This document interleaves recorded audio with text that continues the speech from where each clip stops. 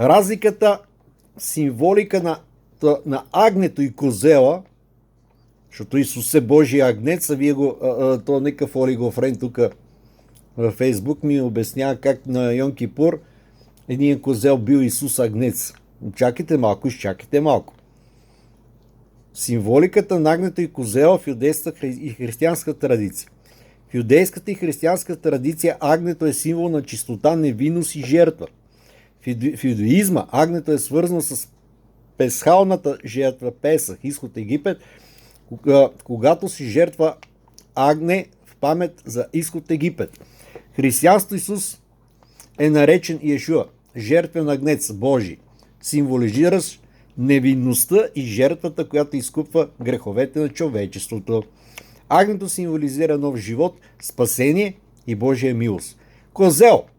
Библията козел често символизира грях, бунт и отдалечаване от Бога.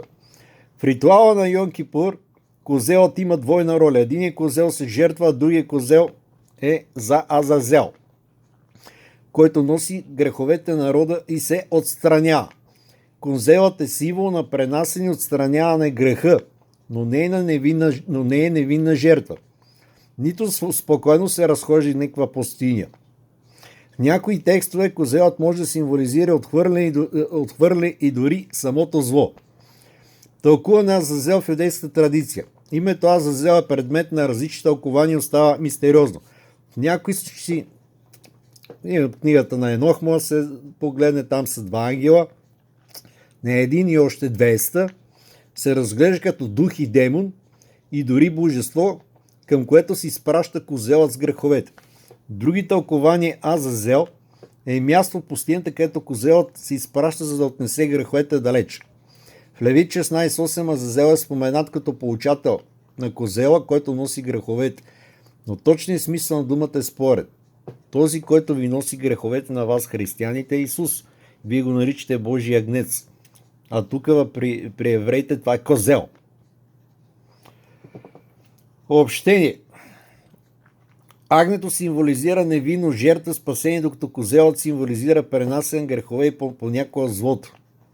В ритуала на Йом Кипур двата козела имат различни роли. Единият е жертвеник, а другият носи греховете и се отстранява.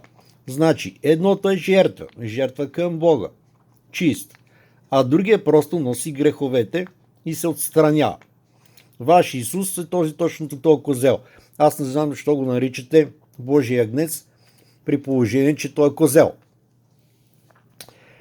Азазел е мистериозен термин, който може, не случайно и те и казват, дори там в Евангелията, му казват на ваш Исус християнския, че е дете плод на Вейзево, царя на мухите.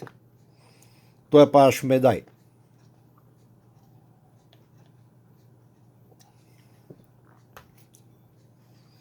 Тази символика подчертава идеята за контролирано и ограничено отстраняване греха и злото, а не за тяхното безусловно освобождаване.